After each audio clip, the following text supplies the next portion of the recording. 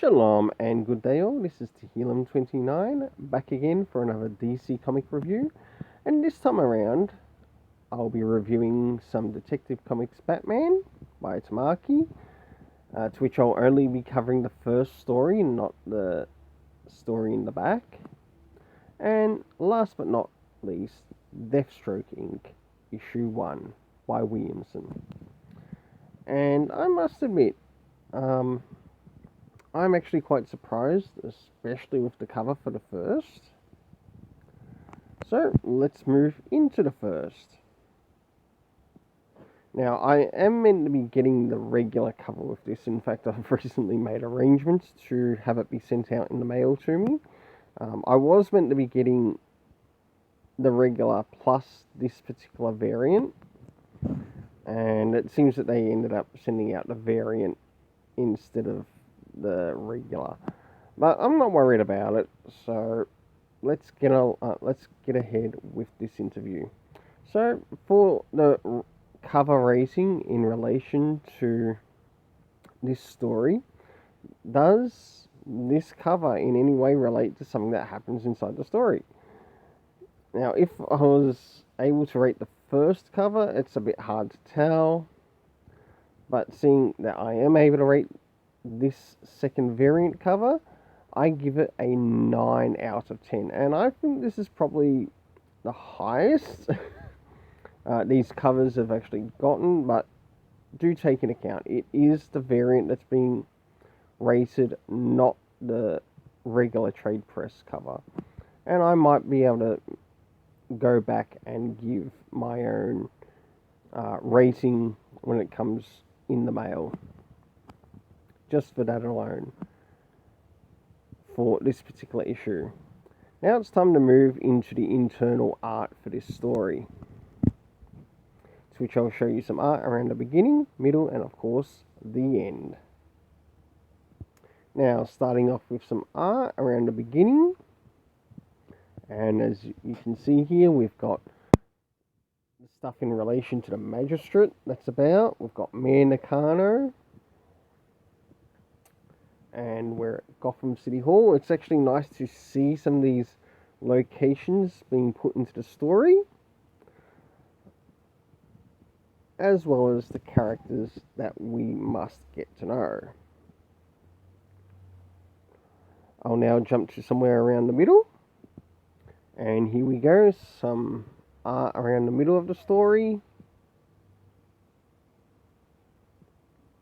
Great picture there of seeing Batman on that motorbike, or the Bat bike.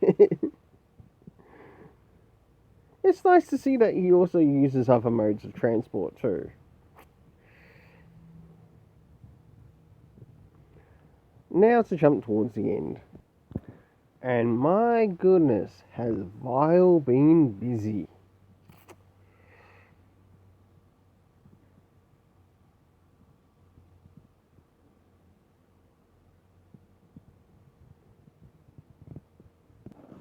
So for the art rating, I gave it a 7 out of 10, and I think it rightly deserved it.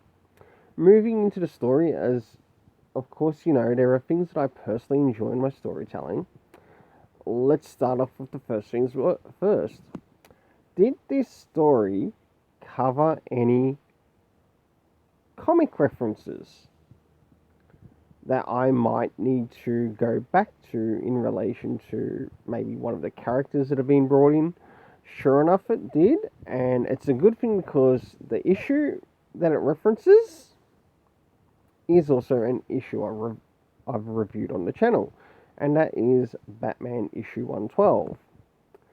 Now, moving into the next thing, did we actually get any information in regards to what time these events were happening? No, we didn't.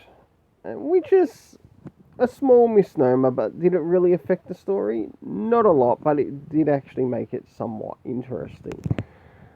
The key locations, we of course are in Gotham City, and that was pretty much shown at the beginning when I also showed you Gotham City Hall, which was showed as another location. The cast of characters consisting of Mayor Nakano, Simon Saint.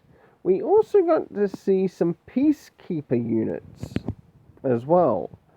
Even though I might not have been able to show you through it, but this is something that you actually do see inside the stories. But you don't see Peacekeeper of Wonder.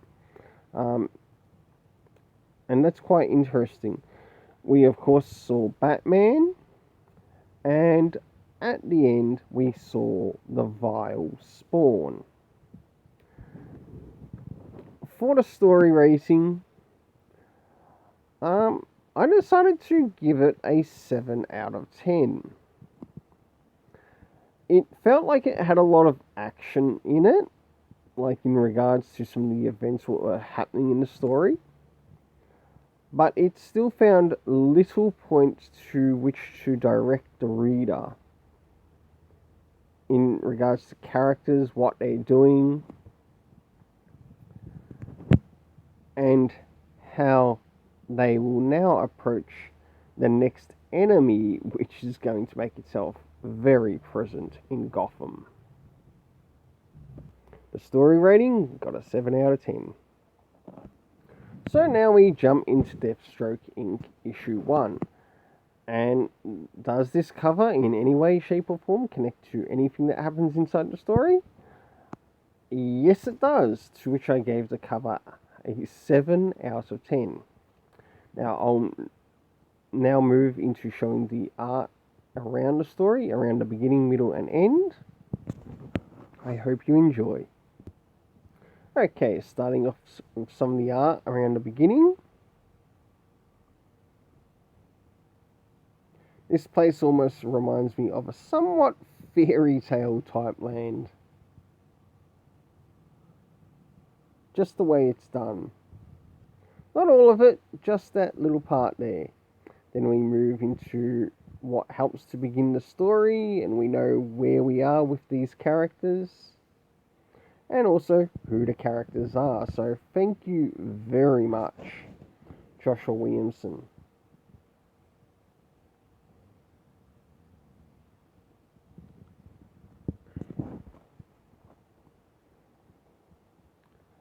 Now time to move into some art around the middle of the story. And as we begin, we see Black Canary, good old Deathstroke, the members of Trust. Oh, and look at this. We need these because these are important. And they also help show us where we are in continuity. Or where it connects to in the continuity. Alright, now to move towards the end. I will cover one more thing in relation towards the end, because it might actually be the point to which I decide to collect more of these issues.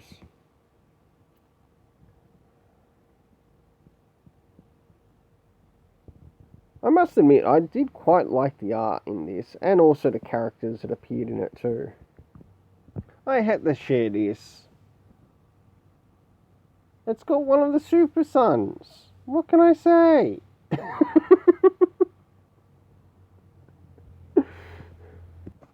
Alright. For the art, I gave it a 7 out of 10. And I quite liked how the art also worked with the story. Yes, it got mighty bloody messy in the story. But did it ruin the art? Not so much. So, for the art, I gave it a 7 out of 10.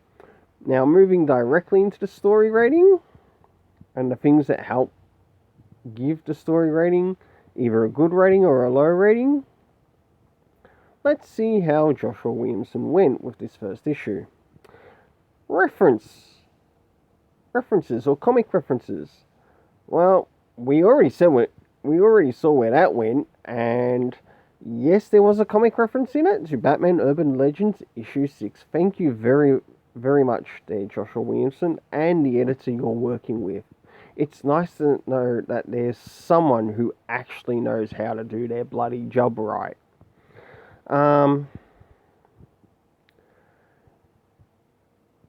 the next issue is time.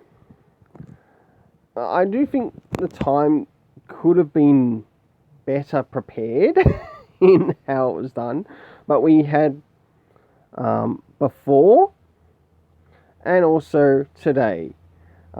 It did feel a little bit lazy, but I understand what he's trying to do. So he could even just point it out as Deathstroke early years and just give a rough estimate, even if it was sort of like rough estimate in regards to maybe when Deathstroke first made his appearance. You could have used that year, but that's neither here or there. But did it really affect the story that much? Not a lot. I did like it. With the locations, we of course had the Trust headquarters, which is TRUST. But we didn't quite get the location of where Deathstroke and that were actually at. And it wouldn't have hurt to include it. It did feel a little bit left out.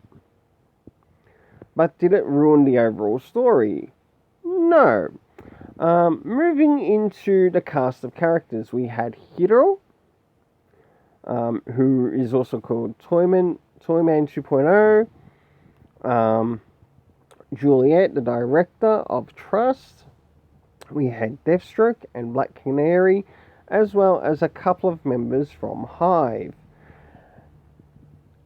The way the story laid itself out, we had Deathstroke along with Black Canary dropping into one of the locations to which they believed Hive was at. Upon going to the location, they discover not only some Hive members, but also one of the locations where they were at, and made a big bloody mess of things. And I must admit, where Hive were at and how the characters were like, it did feel a little bit corny. To which I gave it, the story, a 7 out of 10. Well, I want to give a big thanks to my subscribers, and have yourself a wonderful day, and until then, let's keep it colourful.